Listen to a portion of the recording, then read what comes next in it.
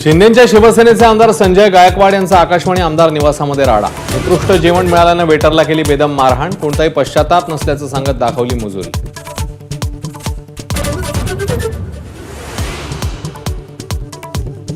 आमदारांनी मारहाण करणं चुकीचं, सभापतींनी योग्य ती कारवाई करावी। विधान परिषदेत मुख्यमंत्र्यांचं मत, तर सत्तेचा माज, गायकवाडांचं निलंबन करा, विरोधकांची मागणी। गायकवाडांचा राडा म्हणजे मुख्यमंत्र्यांच्या बदनामीचा प्रयत्न, फडणवीसांनी सावध राहावं, उद्धव ठाकरेंचा सल्ला, तर गायकवाडांना समज दिली आहे, एकनाथ शिंदेंचं स्पष्टीकरण। आकाशवाणी आमदार निवासातील कॅन्टीनची एफडीए कडून तपासणी, धान्य आणि तेलाची सॅम्पल सील करून पाठवली, स्टोर रूमचं ऑडिटही करणार।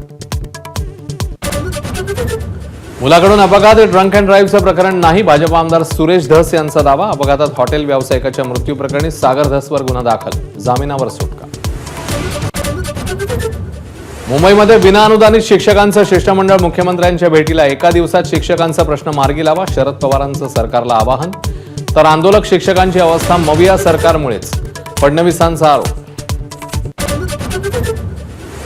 गिरणी कामगारांच्या हक्काच्या घरासाठी आझाद मैदानात मोर्चा, कामगारांना मुंबईतच घरं द्या, उद्धव ठाकरेंची सरकारकडे मागणी।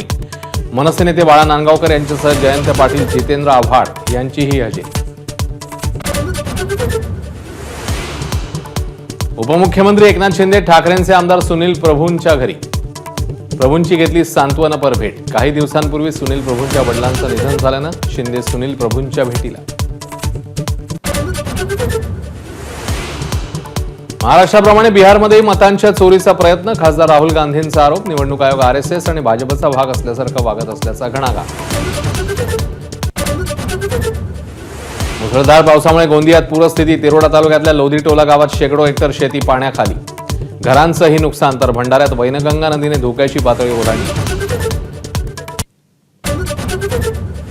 नागपूरमध्ये पावसामुळे सखल भागात पाणी, अनेक रस्ते जलमय, रेड अलर्ट नंतर जिल्ह्यातल्या सर्व शाळा महाविद्यालयांना सुट्टी जाहीर। गुजरातमध्ये वडोदा आणंदला जोडणारा महिसागर नदीवरचा पूल तुटून काही वाहनं नदीत कोसळली, 10 जणांचा मृत्यू। पंतप्रधान मोदींकडून मृतांच्या कुटुंबियांना प्रत्येकी 2 लाखांची मदत।